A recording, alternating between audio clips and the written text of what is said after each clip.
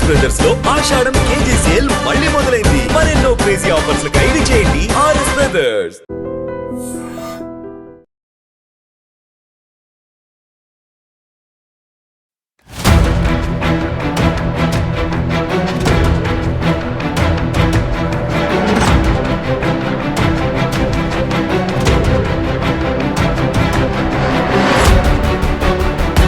ప్రసిద్ధ పుణ్యక్షేత్రం కోనసీమ తిరుమల వాడపల్లిలో విషాదకర ఘటన చోటు చేసుకుంది. తెలంగాణ రాష్ట్రం నుంచి ఆలయానికి వచ్చినటువంటి ఒక భక్తుడు గోదావరిలో స్నానానికి దిగి గల్లంతయ్యాడు. ఖమ్మం జిల్లా సత్తుపల్లికి చెందిన పామర్తి దినేష్ తనకి 23 సంవత్సరాలు. తన ఫ్రెండ్స్తో కలిసి శనివారం కావటంతో వాడపల్లి ఆలయానికి వచ్చారు. తెల్లవారుజామున గోదావరిలో స్నానానికి వెళ్ళినటువంటి అతను ప్రవాహం ఎక్కువగా ఉండటంతో ఒక్కసారిగా గల్లంతైపోయాడు. ఆలయ ఈవో సూర్య చక్రధర్రావు నుంచి సమాచారం రావటంతో అంబేద్కర్ కోనసీమ జిల్లా కొత్తపేట ఫైర్ సిబ్బంది అక్కడికి చేరుకున్నారు. అలాగే పోలీస్, రెవెన్యూ అధికారులు కూడా ముమ్మరంగా గాలింపు చర్యలు చేపట్టారు. అయినప్పటికీ కూడా గోదావరిలో గల్లంతైనటువంటి పామర్త్ దినేష్ యొక్క ఆచూకీ లభించలేదు. దీంతో ఒక్కసారిగా తనతో పాటు వచ్చిన స్నేహితులంతా తీవ్ర విషాదంలో మునిగిపోయారు. తమ తోటి స్నేహితుడి కోసం కన్నీరు మున్నీరుగా విలపించారు. ఎందుకంటే శనివారం కావటంతో, అలాగనే ఆధ్యాత్మిక క్షేత్రంగా విరాజిల్లుతున్నటువంటి పవిత్ర పుణ్యక్షేత్రంగా తిరుమల వాడపల్లి ఆలయం అనేది చాలా ప్రసిద్ధిగాంచినటువంటి ఆలయం. అక్కడకు వచ్చి తన స్నేహితులతో కలిసి ఆ స్వామివారిని దర్శనం చేసుకొని వెళ్ళాలనుకున్నారు. అయితే తెల్లవారుజామున గోదావరిలో వీరు స్నానానికి దిగారు. కానీ దినేష్ ఒక్కసారిగా స్నానానికి గోదావరిలో దిగేటప్పటికే ప్రవాహం ఒక్కసారిగా ఎక్కువైపోయింది. దాంతో తను ఆ బ్యాలెన్స్ తప్పిపోయాడు. అందులోనే గల్లంతైపోయాడు. ఇమీడియట్గా ఈ సంఘటనకు సంబంధించి ఆలయ ఈవో అక్కడ జిల్లా అధికారులకు, పోలీస్ సిబ్బందికి కూడా ఇన్ఫర్మేషన్ ఇవ్వడంతో హుటాహుటిన అక్కడకు చేరుకున్నటువంటి ఫైర్ సిబ్బంది కావచ్చు, స్థానికంగా ఉన్న మత్స్యకారులు బోట్ల సహాయంతో ముమ్మరమైనటువంటి గాలింపు చర్యలు కొనసాగించారు. అప్పటికీ కూడా చీకటి పడడంతో ఇక చేసేదేమి లేక వెనుదిరిగారు అందరూ కూడా. మళ్ళీ తెల్లవారుజాము నుంచి కూడా గాలింపు చర్యలైతే కొనసాగించారు. ఇప్పటికీ కూడా దినేష్ ఆచూకీ లభించకపోవడంతో ఆ కుటుంబం బోరున వెలిపిస్తోంది. నీటి ప్రమాదాలు అనేవి ఏ స్థాయిలో జరుగుతున్నాయి అంటే మనం అంచనా కూడా వేయలేం. మనకు తెలియలేని ప్రాంతంకి వెళ్ళినప్పుడు మనం ఏ పని మీద వెళ్తే ఆ పని నుంచి తిరిగి జాగ్రత్తగా రావటమే మంచిది. ఎందుకంటే ఈ మధ్యకాలంలో ప్రమాదాలు ఎప్పుడు ఎలా జరుగుతున్నాయో కూడా మనకి తెలియదు.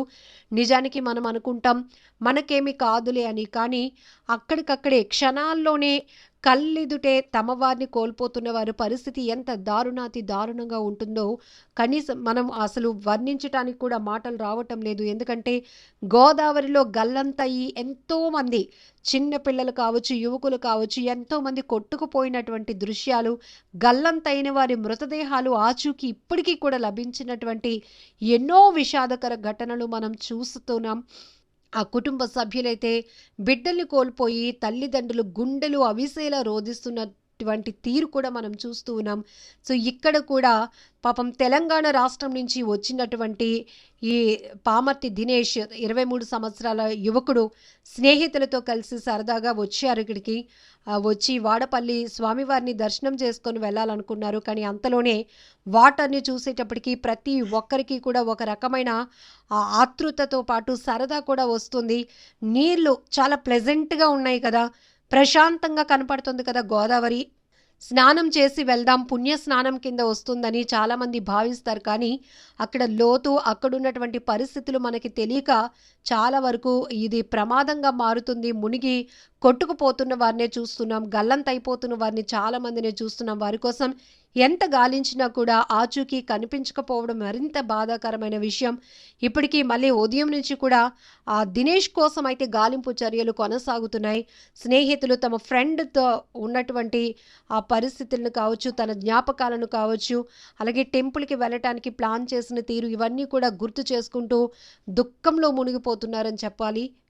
అలాగే మనం ఇక్కడ బ్యానర్ ఒకటి చూస్తే కూడా కోనసీమ తిరుమల వాడపల్లి ఆలయం దగ్గర గోదావరి నది ప్రవాహం ఎక్కువగా ఉన్నందువల్ల భక్తులు ఎవరు కూడా దిగొద్దు, స్నానాలు చేయకూడదు అని కూడా చాలా పర్టికులర్గా అక్కడ బ్యానర్ కూడా మెన్షన్ చేసి ఉంది. ఎందుకంటే ప్రవాహం ఎక్కువగా ఉన్న సందర్భాన్ని అక్కడ హెచ్చరికగా పెట్టడం జరిగింది. ఎందుకంటే భక్తులంతా కూడా ఉత్సాహంగా స్వామివారి దర్శనం, గుడిలోనికి వెళ్లే ముందు పుణ్య స్నానం చేస్తే ఇంకా చాలా మంచి జరుగుతుంది కదా, పవిత్రంగా ఉంటుంది కదా అనే ఒపీనియన్తో గోదావరిని చూసేటప్పటికి ఆ నదిలోనికి స్నానం కానీ ఉత్సాహంగా వెళ్ళిపోతూ ఉంటారు, కంట్రోల్ తప్పుతూ ఉంటారు. కాబట్టి ఇక్కడ ఒక చెట్టు దగ్గర కూడా మనకి ఇక్కడ మనం చూస్తున్నాం బ్యానర్ కూడా పెట్టేసి ఉంది.